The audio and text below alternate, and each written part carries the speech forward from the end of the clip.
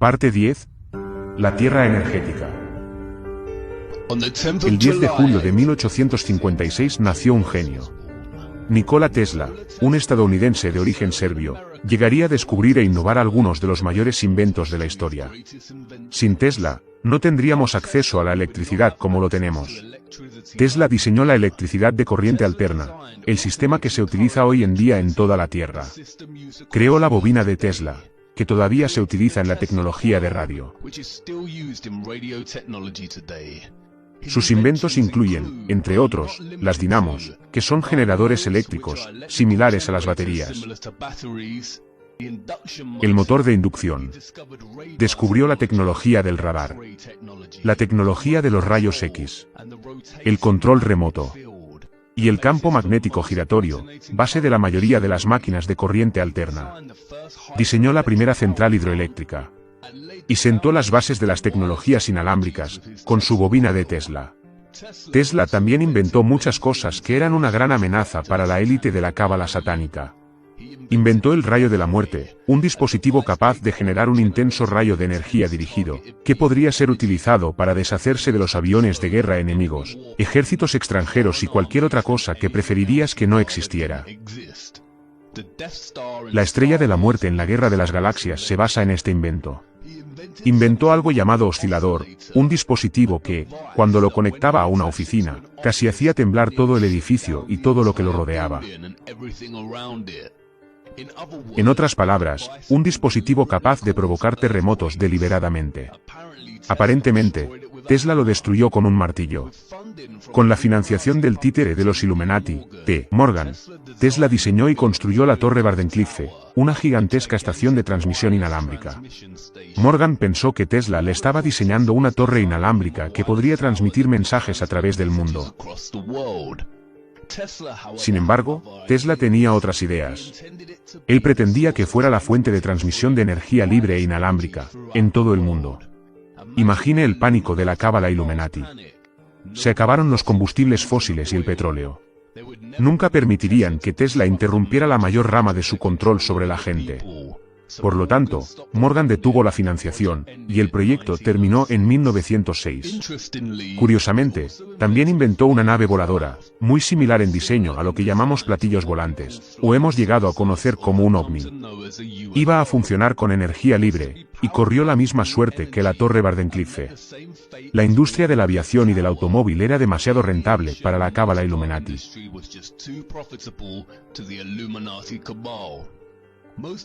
Lo más importante, de todas sus contribuciones a la humanidad, es la bobina de Tesla. Tesla la utilizó para estudiar la fluorescencia, los rayos X, la radio, la energía inalámbrica y el electromagnetismo en la Tierra y su atmósfera. Tesla comprendió que la Tierra, en sí misma, es magnética, y que puede generar electricidad, o electromagnetismo, utilizando frecuencias como transmisor. Él dijo famosamente: si quieres encontrar los secretos del universo, piensa en términos de energía, frecuencia y vibración. Y Tesla descubrió la energía libre al averiguar la frecuencia electromagnética exacta de la propia Tierra. Las frecuencias electromagnéticas de la Tierra fueron predichas por el físico Winfred Otto Schumann, y más tarde recibirían el nombre de resonancias Schumann. Un espectro de picos en la baja frecuencia del espectro del campo electromagnético de la Tierra. La frecuencia fundamental de la Tierra, se nos dice, es de 7,83 hercios. La frecuencia es el número de ocurrencias de un evento que se repite por unidad de tiempo. La frecuencia se mide en Hertz, que es igual a una ocurrencia de un evento repetitivo por segundo. Se utiliza como un parámetro importante en la ciencia y la ingeniería, para especificar la tasa de oscilación y vibración de un fenómeno específico, como las ondas de audio, las ondas de radio y las ondas de luz.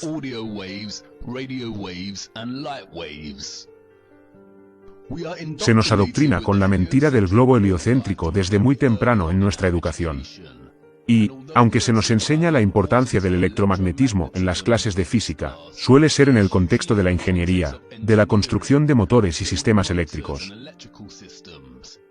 Sin embargo, lo que se enfatiza menos en nuestra educación es la inextricable relación entre las frecuencias electromagnéticas y las vibraciones con toda la materia viva.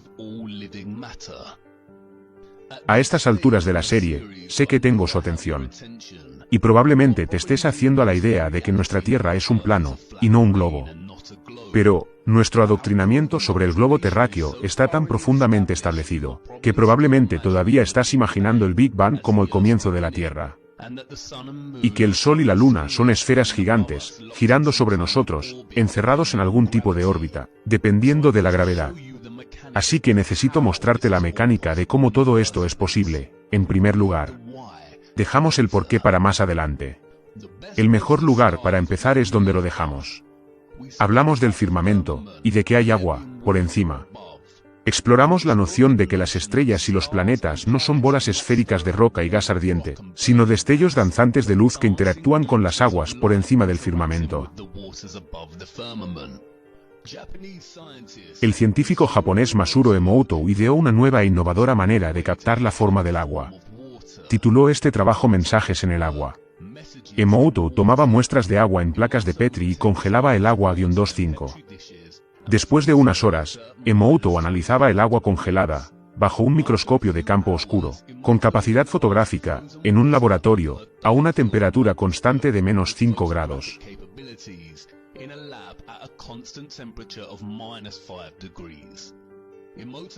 Emoto probó diferentes frecuencias de audio y vibraciones de sonido humano en cada muestra. Se centró en la forma en que la energía vibratoria humana, los pensamientos, las palabras, las ideas y la música afectan a la estructura molecular del agua. Veamos sus resultados. Esta foto muestra el hermoso diseño geométrico del río Chimanto, el último arroyo limpio de Japón. Nótese la hermosa forma geométrica, similar a la de un copo de nieve. Esta es del agua del glaciar del Monte Cook, en Nueva Zelanda. Esta es una foto de la fuente de Lourdes, en Francia. Esta, sin embargo, es de un río muy contaminado. Mira la comparación del agua contaminada con el agua limpia del río.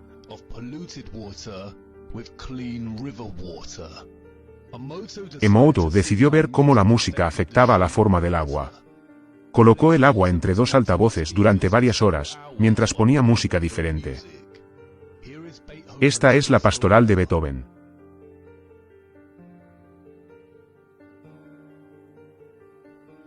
Esta es el aire en la cuerda de sol de Bach.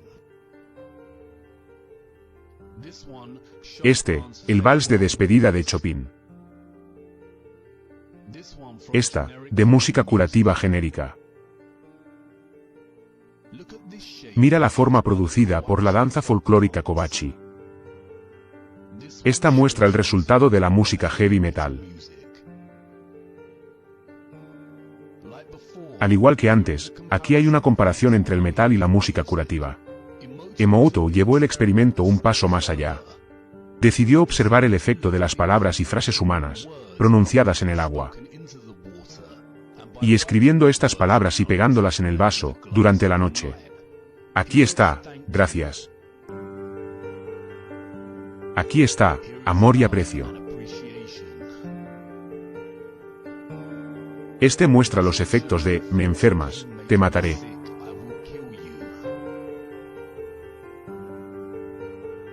De nuevo, una comparación.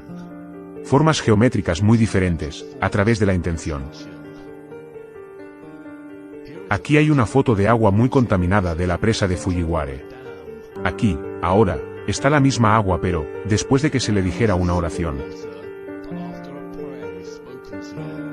La oración, el sonido unido a la intención, ha cambiado, literalmente, toda la estructura molecular del agua.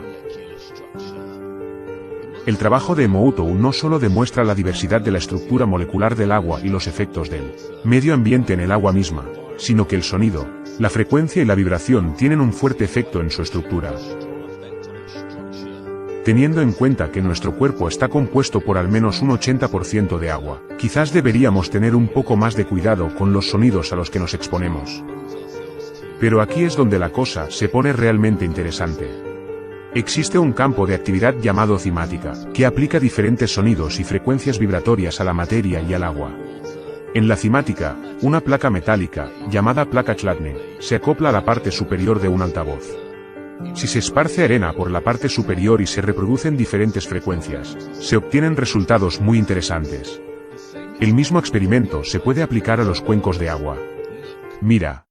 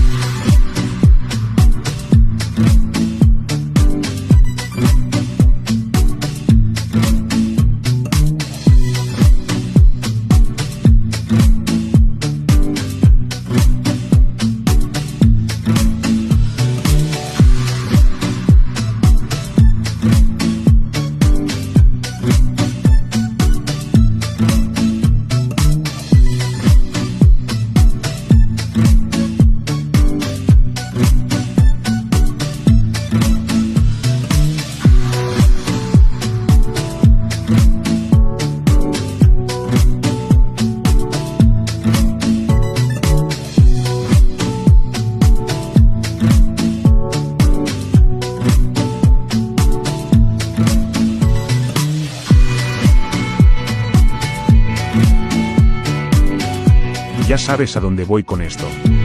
Así que, mira.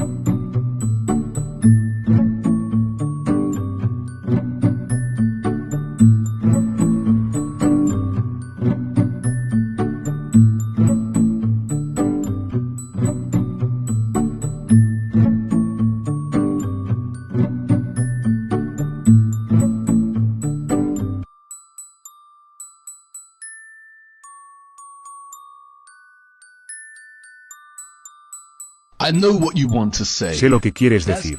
Eso es genial. Pero no explica realmente lo que son las estrellas y los planetas. Y, si hay agua ahí arriba, entonces, ¿por qué no vibra todo el firmamento con esos patrones de luz? Echa un vistazo a lo que fueron capaces de producir en un laboratorio.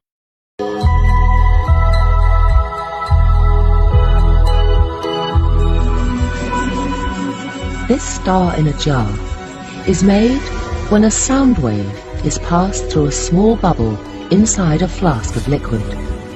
And this sound wave makes the bubble do something remarkable. First it expands, then it collapses. And this collapse happens so violently that vapor molecules trapped inside the bubble slam together and heat up so much that the bubble gives off an incredible burst of heat and light, several thousand times a second, giving the appearance of a star. Es muy probable que el firmamento real esté hecho de algún tipo de medio electromagnético. Y sus frecuencias generan focos de sonoluminiscencia que muestran la frecuencia vibratoria del firmamento, a través de su danza, su geometría sagrada cambiante y su frecuencia luminosa cambiante de color. Sí, así es. El color tiene sus propias frecuencias designadas. Y es por eso que, en los Juegos del Hambre, los héroes son capaces de desactivar la cúpula sobre ellos, interrumpiendo su corriente eléctrica, de nuevo, oculto a plena vista.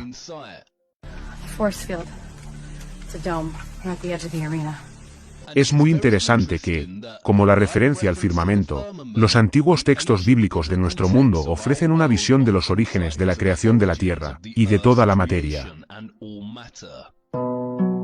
En el principio era la palabra, y la palabra estaba con Dios, y la palabra era Dios.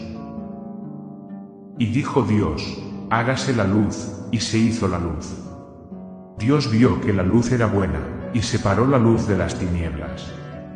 Dios llamó a la luz día, y a las tinieblas las llamó noche. Y la tarde y la mañana fueron el primer día. Y dijo Dios, que haya un firmamento en medio de las aguas, y que separe las aguas de las aguas. E hizo Dios el firmamento, y dividió las aguas que estaban debajo del firmamento de las aguas que estaban encima del firmamento, y fue así. Y llamó Dios a la tierra seca tierra, y a la reunión de las aguas llamó mares, y fue bueno. Como ves, el énfasis aquí está en la palabra de Dios. Dios dijo que el mundo era, y así fue. Palabras. Palabras. Sonido. Vibración. No sé si Dios es un ser parecido al hombre. Pero, a la luz de la forma en que la vibración y las frecuencias influyen en toda la forma y formación de la materia, podemos ver que este pasaje es, muy probablemente, muy preciso. Y, realmente, se trata de comprender lo micro y lo macro, desde lo más pequeño hasta lo más grande. Al igual que una pequeña cantidad de agua contenida en un cuenco puede dar lugar a bellas formas geométricas, lo mismo ocurre con las estrellas. Fíjate en este patrón de arena cimática producido por la frecuencia. Se trata exactamente de la misma forma y formación que vemos en las representaciones conceptuales de la Tierra plana, en las Naciones Unidas, y en los mapas de Gleason. De nuevo, lo micro y luego lo macro. Es la vibración y la frecuencia la que gobierna la forma de la materia.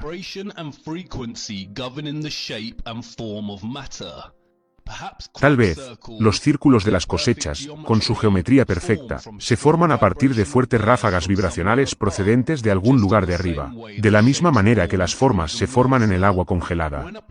Al aplicar la cimática a la comunicación sónica de los delfines, vemos formas geométricas similares.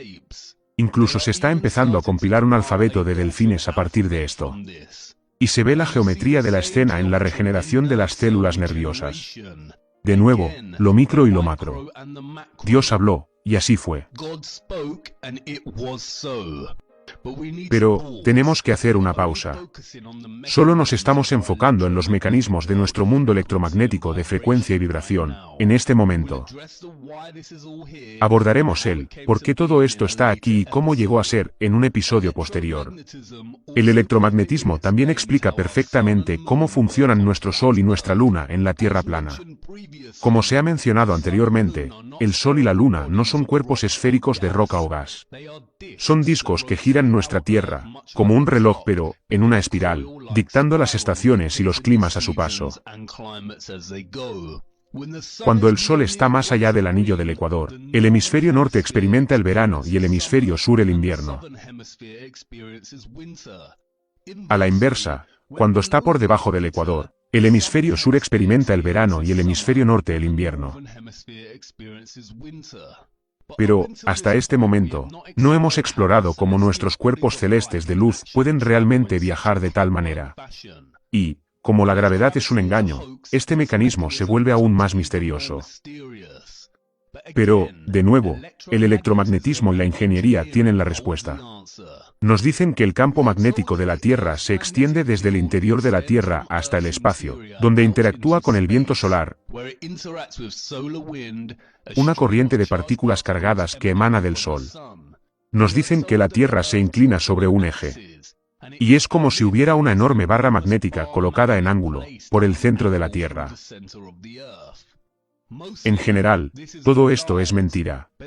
Pero, hay una fuerte presencia magnética en la Tierra. Y parece estar localizada en el norte. Y es por eso que las brújulas apuntan al norte. En nuestro plano, sin embargo, el norte es en realidad el centro. El sur es todo el continente de la Antártida, la pared de hielo. Y el este y el oeste, la rotación circular alrededor del centro norte, con el sur en su exterior. Por eso puede parecer que estás atravesando toda la Tierra, cuando viajas al este en línea recta. Se acaba donde se empezó. No porque la Tierra sea un globo terráqueo, y usted esté viajando en línea recta, sino porque cuando mantiene la brújula apuntando al este, usted está, en efecto, viajando en un círculo. Magnetism, you will know that the opposite poles of magnets attract and the like poles repel. You may also know that a magnetic field appears when current flows in a conductor. Briefly connecting this wire to a battery deflects the compass's needle.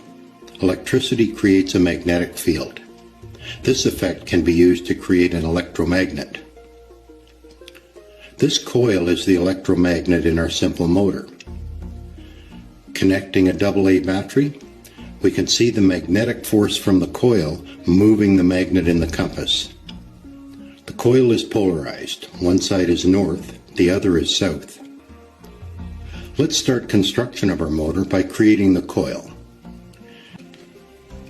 Slide the permanent magnet into place.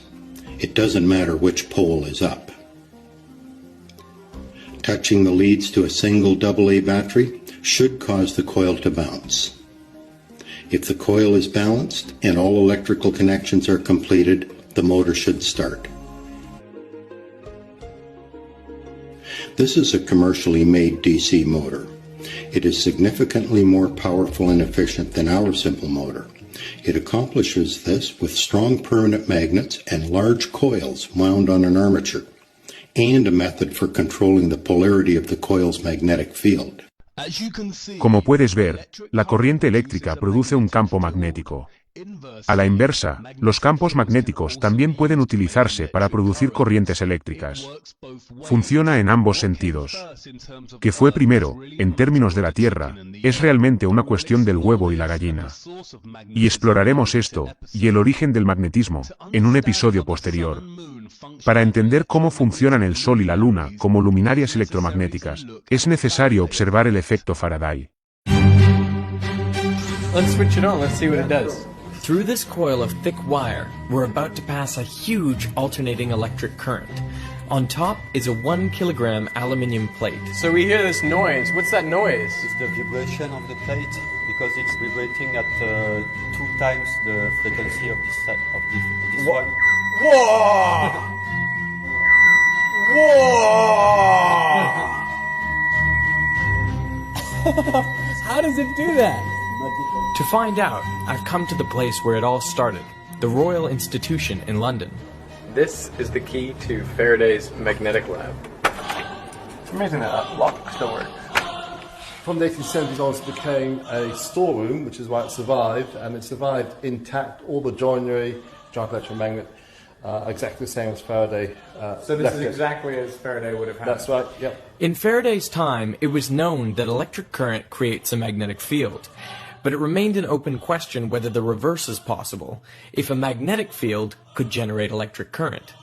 Faraday answered this question with his most famous apparatus. Faraday's electromagnetic induction ring, which is this. In August 1831, Faraday wrapped 2 coils of insulated wire around this iron ring. But in 1831, you could not go down to your local electrical hardware shop and ask for X hundred meters of insulated wire. You had to insulate the wire as you went, and so as you pushed and pulled the wire out of the ring, you had to insulate it. It takes 10 working days, which is a huge investment of time. But the investment paid off. When Faraday connected a battery to one of the coils, he saw a brief pulse of current in the other coil. And when he disconnected the battery, he saw a pulse of current in the other direction. He realized that current was induced in the second coil only when the magnetic field through it was changing. And if they hadn't been wrapped on the same ring, Faraday may have noticed that the 2 coils repel each other when the current is induced, and that's due to the interaction of their magnetic fields. Which brings us back to this. Through the bottom coil we are passing a huge electric current, 800 amps, which alternates in direction 900 times per second. This ensures there will always be a changing magnetic field above the coil. Instead of a second coil, we're using the aluminium plate, but the principle is the same. The changing magnetic field induces currents in the plate that create an opposing magnetic field, so it levitates. How awesome is that? Los campos electromagnéticos opuestos, aquí, hacen que la placa levite. Piénsalo bien. Si la gravedad realmente existiera, y fuera una fuerza tan poderosa, entonces esto no sería posible. Los campos electromagnéticos opuestos hacen que la placa se bloquee, o levite. La gravedad ni siquiera entra en la ecuación. Solo es ciencia pura, repetible y demostrable. Podemos ver lo mismo aquí.